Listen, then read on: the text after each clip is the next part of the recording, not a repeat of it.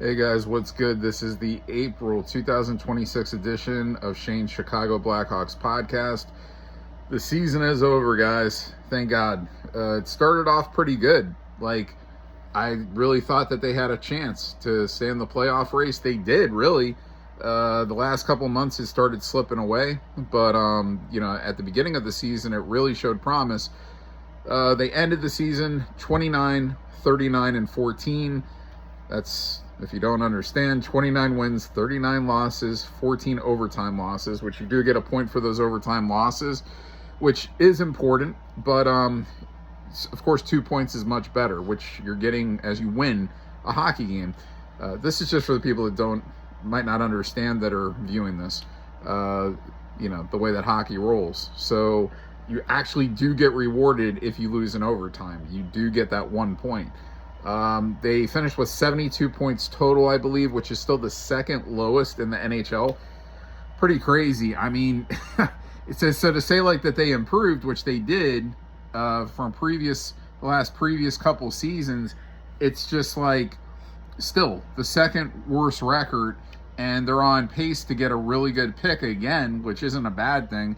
Could Gavin McKenna be the Blackhawks pick? I mean, could the Blackhawks win the number 1 pick? They have a chance, or even if it's number 2, they still have a chance, I think, to get McKenna. So we'll see what happens. There's a couple other guys that are still, would be good for them, but McKenna, I think, is obviously the best player in this upcoming draft, and another wing that you could just slot in, a guy that could give you potential scoring ability. And look, there's the rumors already for the last year, really, that Matthew Neese from Toronto, the Maple Leafs, Jason Robertson, Dallas Stars, who are in the playoffs right now playing. The Dallas Stars are, Toronto is not. But, Jason Robertson, a guy, of course, that Dallas would love to keep, but they may not be able to afford him. I mean, he's a restricted free agent. Chicago, if they really wanted to, they could offer him buku bucks because they have a lot of money. And, of course, Chicago is going to want to pay their own star, Connor Bedard, who's also going to be a restricted free agent. But everybody, the in people all say it's a done deal. Connor wants to be a Chicago Blackhawk for life. Some people even think he may sign a longer deal, which I personally don't. Some people see him signing a 7 to 8 year deal or 9 year deal. I see him around taking maybe 5 to 6 years. I think he's going to be around that. And then he's going to want to cash out big again as the salary cap goes up the next few years.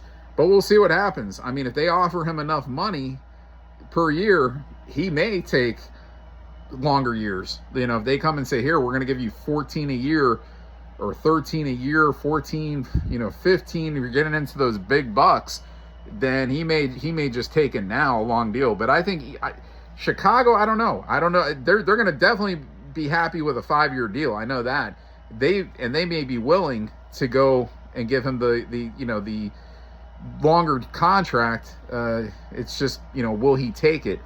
But listen, guys, as far as this upcoming offseason goes, you're not going to see much of anything from the Blackhawks.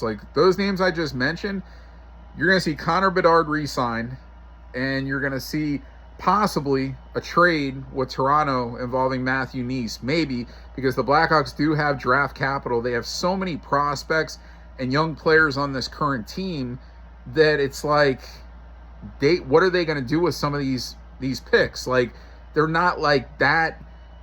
I mean, even a Gavin McKenna, is he going to be that great to where if they have the ability to draft him, that they wouldn't just trade that pick to maybe get a guy like Matthew Neese, who's already been proven to be closer to a 30-goal guy who has potential to even be greater than that. And he's also a good assist guy. So this is a guy that might have the potential to be, a 100-point player at some point. I mean, and that's what Connor Bedard is definitely going to be. He's hopefully this next coming season. But you're not going to see the Blackhawks do much of shit, because this team is mainly intact of what has been developed here. Guys that came up at the end of the season. You got Canceroff hopefully coming over from the KHL, and he'll help the team. And, if I was going to say one move of a guy that I would subtract from this roster, it would definitely be and I've said this in previous episodes, Arvid Soderblom. I've never looked at it like this. Certain games, of course, every goalie at times is going to have a great game, or they're going to a shutout, and you're going to be like, oh man, but anybody, that can happen with any goalie. I mean, and Soderblom, of the games he starts, he has more piss poor games than he does have good games. And when you're a backup, you just can't do that. And imagine this guy as a starter.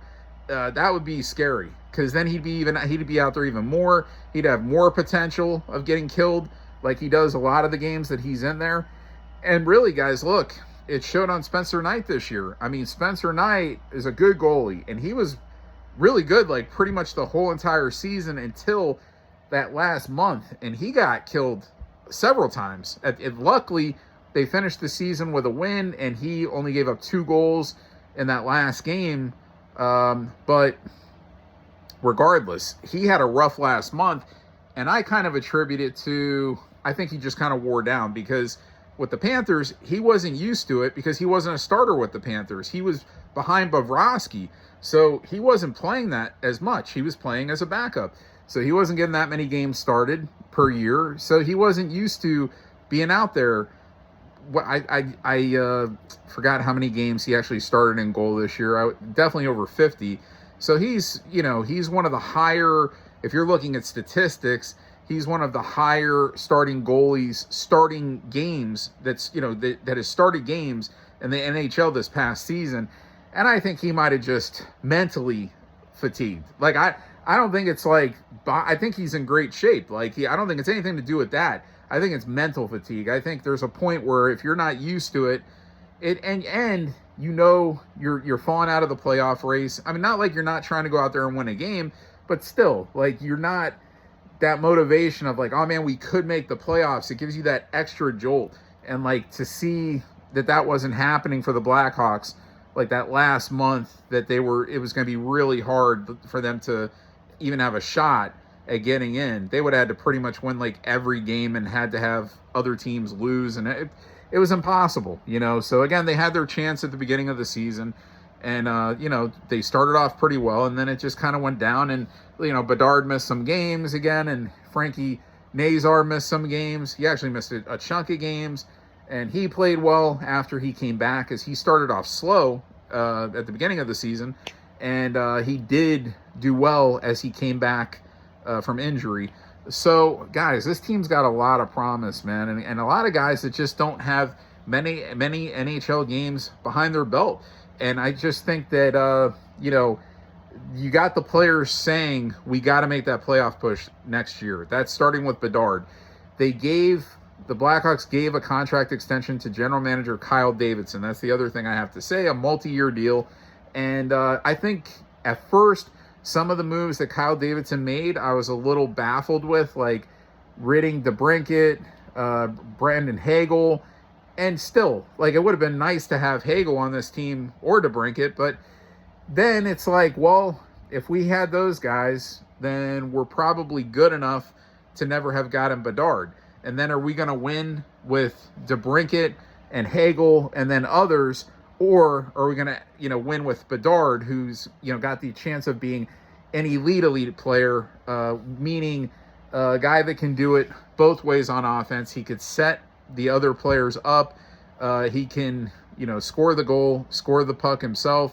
So this is a top tier talent in Connor Bedard, and those other guys are good players I just mentioned. And DeBrincat is a really good goal scorer.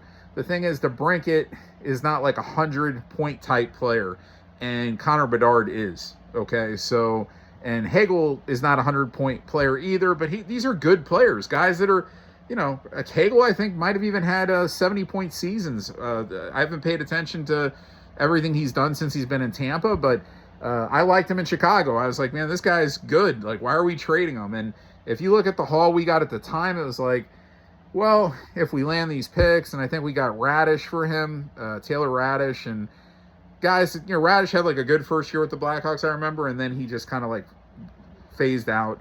I don't even know where he's at right now. I forgot where he ended up, but I don't know. We didn't really get much of that out of that trade, but guys, in the end of the day, we have built a really nice team here. of future players that I think have very high upside and a team that could do great things. And they're going to make a couple more ads, and guys are going to have more experience coming here into this next season. And then I really believe, as long as they could stay mostly healthy, of course, health is huge, that they are going to be a playoff team. And you never know what happens when you get into the playoffs. It doesn't matter that they're mostly going to be a very young team overall. And then you got the vets still there, Bertuzzi, Donato. We'll see who else comes back. Maybe a couple of trades are made. Burakovsky, maybe he's moved. I know he's got a year left on his deal. Mikheyev, I think are wanting to re-sign. So we'll see what happens, guys. But I think this team's got a lot of potential.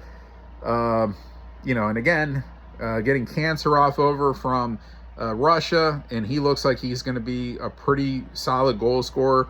Bedard, Nazar, or I always say Nazar. Okay, whatever. It's the way I pronounce it. Oliver Moore. Then you got a really good goal scorer like Bertuzzi there, the veteran who was over 30 goals this year. Guys, they've got a chance to do, and we'll see if they keep the draft pick or if they trade for maybe Nice or trade for Robertson, a sign and trade, or they just sign him and Dallas can't match. We'll see what happens, guys. There's a lot of when I say a lot of things, there's not going to be a lot of player moves, but there's a lot of ways it could still go. They can make these draft picks and keep them. They may trade them for one of the guys that I mentioned. They may try to just sign one of the guys, Robertson from Dallas, and see if Dallas matches, and they might not be able to. We'll see. There might be a couple smaller moves that I don't even see right now, but I think they got enough players there that there's not going to be any smaller moves even. They have enough prospects coming, that are there now, or guys that are still in the minors waiting to knock on the door. Blavshinov, the defenseman, he's only going to get better. We're going to have one of the youngest, if not the youngest, defensive units in hockey next year. And all guys that have tremendous potential and are already showing it.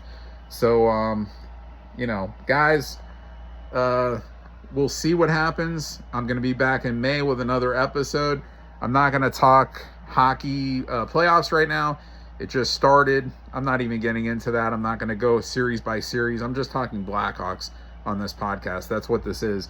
When it gets to the end and we're in the championship or the finals happen, I'll say, hey, this team won and, this many games, and I'm not dissecting it all. You know what I'm saying? So we'll see what happens, and that's it. I think, Blashill, the coaching stays in place. Again, the majority of this roster is going to be in place and will be back. Very young team mostly. So we'll see what other moves are made. We'll see what happens with the draft when it comes. But I will be back in May with another monthly edition of the Blackhawks podcast. And I will see you in a couple weeks when I come back with my new one. See you.